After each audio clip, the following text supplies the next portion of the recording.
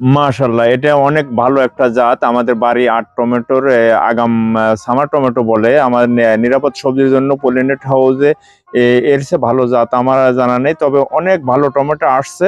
আমি যা দেখতে পাচ্ছি যে হারে টমেটো আসছে, আলহামদুলিল্লাহ।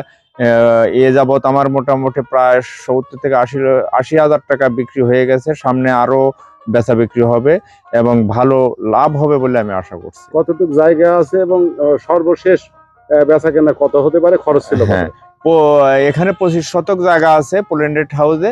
আপনার এখানে খরচ হতে পারে 1030 টাকা, লাখ 2 টাকা বিক্রি আসতে পারে আশা করি। আচ্ছা, একটা গাছে কয় কেজি পর্যন্ত? একটা গাছে যদি ভালো করে টমেটো হয় 20 থেকে 25 কেজি করে টমেটো হচ্ছে। বাজারের দাম এবং চাহিদা কেমন? দেখেন, আগে অনেকটা ভালো ছিল, এখন একটু দুর্বল হলেও মোটামুটি চাহিদা যেহেতু পোলিনেট হাউস নিরাপদ সবজি, এটা চাহিদা অন্যান্য টমেটোর থেকে একটু ভিন্ন। স্বাদ কেমন?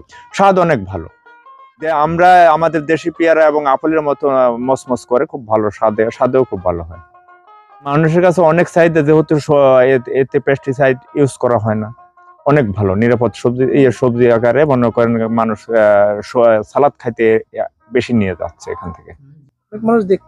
অনেক মানুষ মনে করেন পলিনেট হাউসে কি ধরনের টমেটো হলো, কি রকম হচ্ছে, এটি দেখার জন্য মানুষ আসে।